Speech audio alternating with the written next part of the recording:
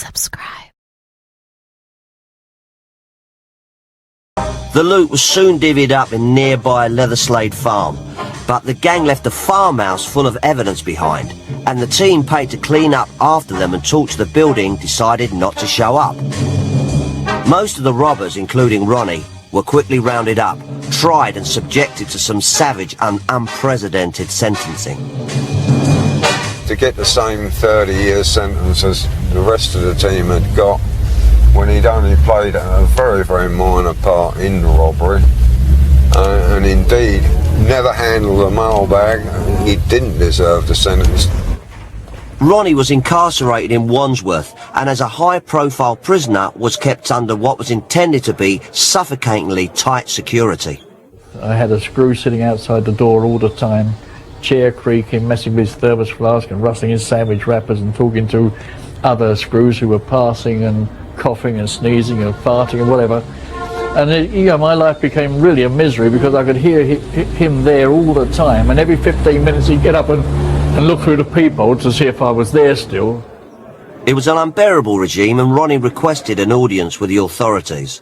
I went down to see the prison governor, and I pleaded my case and said, look, I'm becoming a nervous wreck. All I want to do is become like one of the other cons. I don't want to have any special treatment.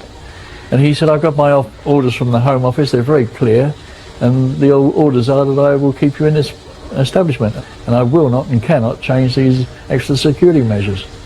And I said then, well, everything you're doing more to send me over the wall than keep me behind it. He hatched an escape plan and invited along a new friend from underworld royalty, with whom he shared some ironic prison duties. They put me in the mailbag shop. I just got 18 years for, armed robbery.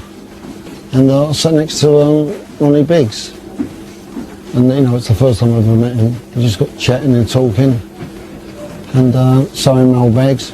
And then he said to me, boy, he said, I'm getting it laid on. If you put 10 grand in, you can come with me.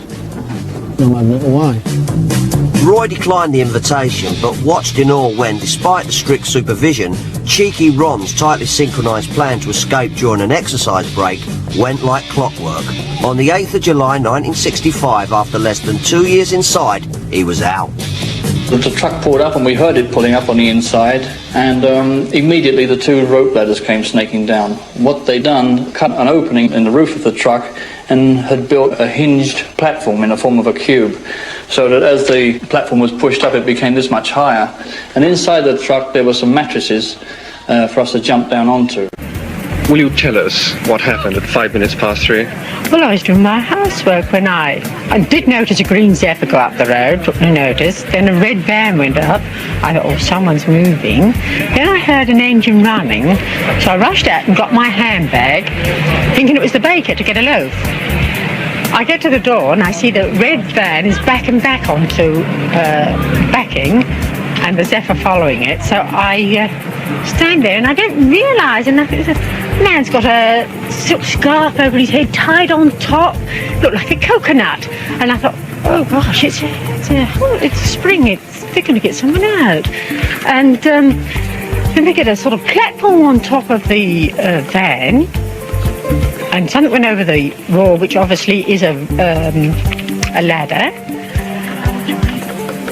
The man was quite a stockily built man with blue overalls on, as I say, this silk stocking over his head.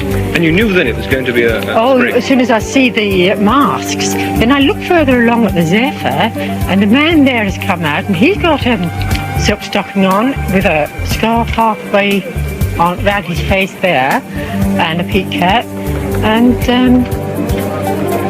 I notice he's got a rifle, so I think this is where I go in. I go indoors and shut the door very quickly, bolt it. I don't know anything.